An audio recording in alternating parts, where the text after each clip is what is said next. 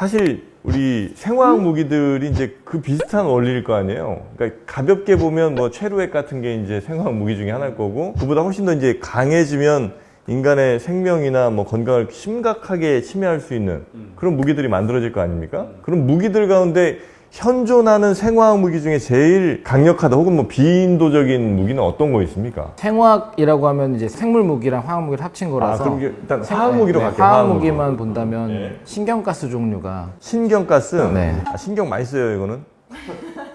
신경 쓸 일이 미안합니다. 없어요, 죽으니까. 신경가스는 뭐예요? 우리 신경을 마비시키는 거예요? 신경 작용을 억제하지 못하게 해가지고 죽이는데 뉴스에도 가끔 나와요. 김정남 암살 사건. 얼굴에 여기 발랐다는 거? 네, 그게 아까 말씀드린 이원화 무기라서 2명이 발랐어요. 한 명이 바르고 그다음 다른 여성이 또 발랐는데 각자는 괜찮았어요.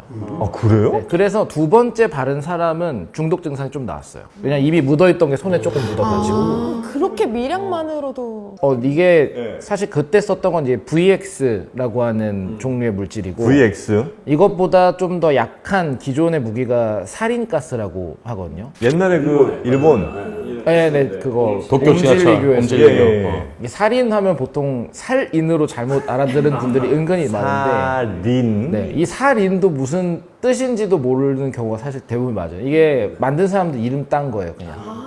살인이라는 사람이 만든 거예요? 아니요, 4명이 만들었어요. 독일에서 원래 게르하이트 슈라더라는 분이, 우리가 항상 말하지만 화학의 발전은 사실 뭐 내가 이 사람을 꼭 죽여야지 하고 시작되는 게 아니라 좋은 걸 하려다가 나빠진 경우가 많거든요. 물론 죽이기 나쁜 거 위해서 하려다가 좋아진 것도 있을걸요. 나쁜 걸 하려는 경우도 있긴 하죠. 근데 대부분 그런데 이것도 살충제, 제초제 같은 거 만들려고 시작했는데 해보니까 너무 살충기가 좋으니까, 이때 세계대전 할 때 그 이게파르벤이라고 독일 제약 거대 기업 있잖아요. 여기서 야, 이걸 사람 죽이는 걸 만들어라 하고는 몰아붙인 거예요. 그래서 4명의 과학자가 하고 4명의 이름 중에 적절하게 따서 SARIN이라고 만들어 살인이 됐어요.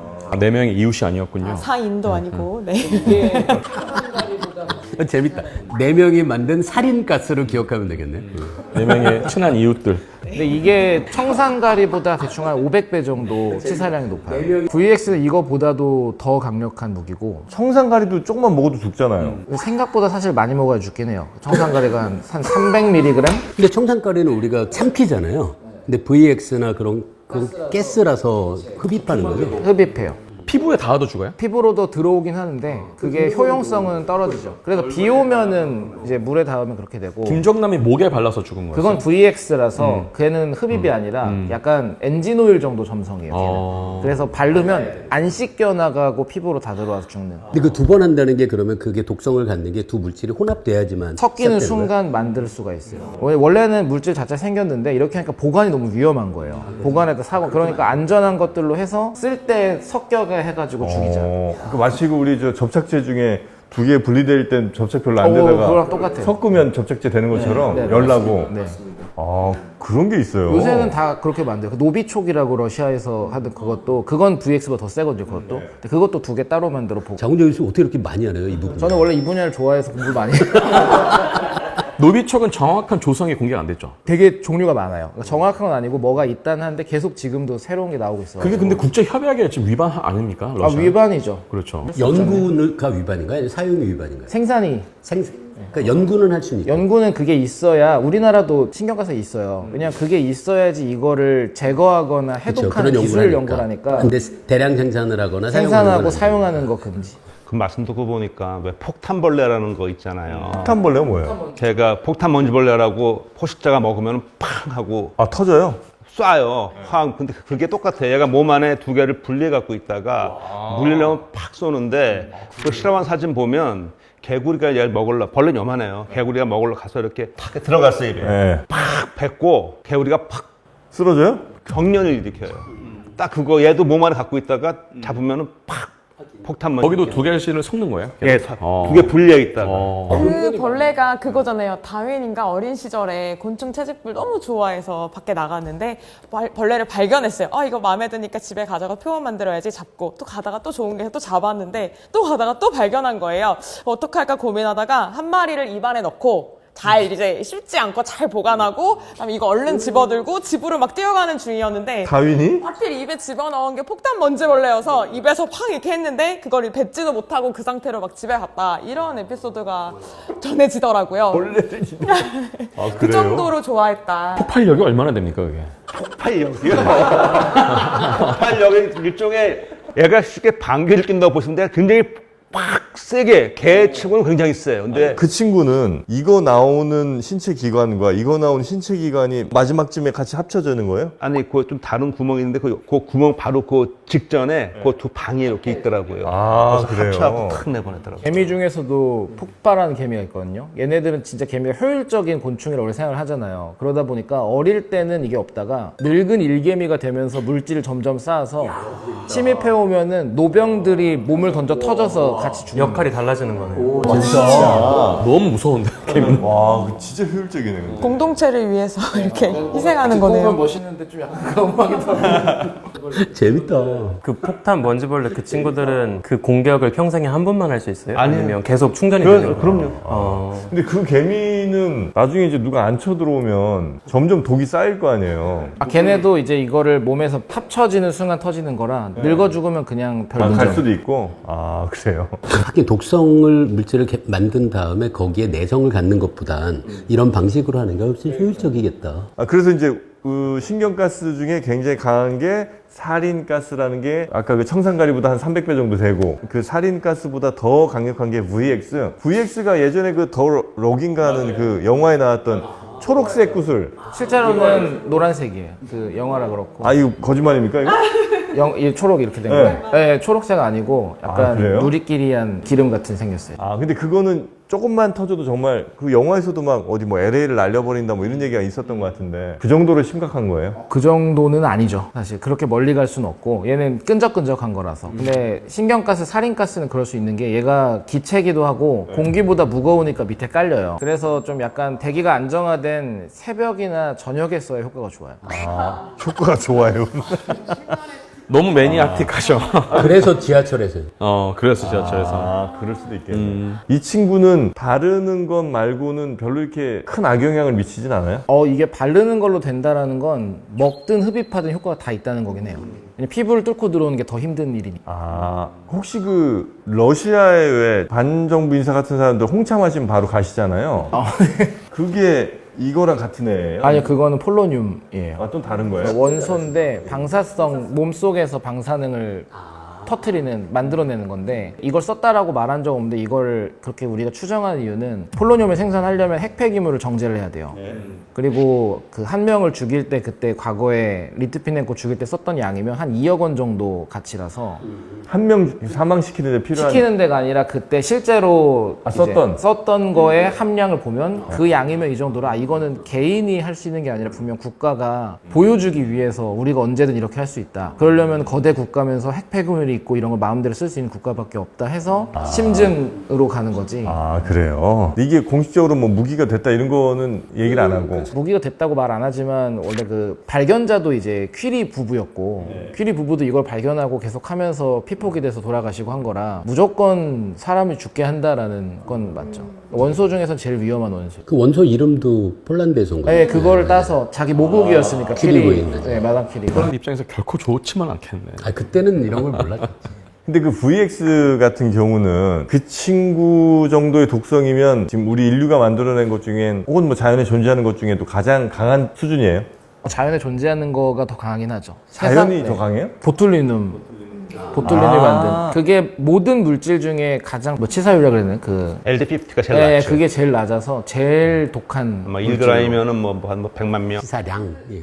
무슨 조개에서 나온 독도 되게 높다고 조개? 들었는데 신경독, 삭시톡신 같은 건가? 그 보고보다 더 강한 거예요? 네, 강하다고 그때 당시에 제가 연구 자료에서 봤었는데 되게 그런 것들은 신경에 적용하는 거죠. 그러니까 빠른 거죠. 인간이든 동물이든 신경만 고장내면은 아무것도 못 하잖아요. 그래갖고 신경 작용에. 그래, 아까 말한 신경가스들이 다 신경가스인 게 아세틸콜린 우리가 뭐 뉴런의 신경 전달 얘기 많이 했잖아요. 거기서도 이제 화학적으로 마지막에 옮겨주는 게 아세틸콜린 물질인데 얘가 작용을 했으면은 제거가 되거나 회수가 돼야지 정상이 되는데 신경가스는 이걸 제거를 못하게 만드는 거예요. 그러니까 계속 자극이 누적돼요. 처음에 이렇게 살짝 누르는 힘인데 끝없이 누르는 거예요. 관통에 통과할 때까지. 그러니까 우리 몸에서는 이제 이상이 생기고 여기서 아세틸콜린이 증상이 침이나 콧물이나 이거 계속 흘리게 하는 효과가 있거든요.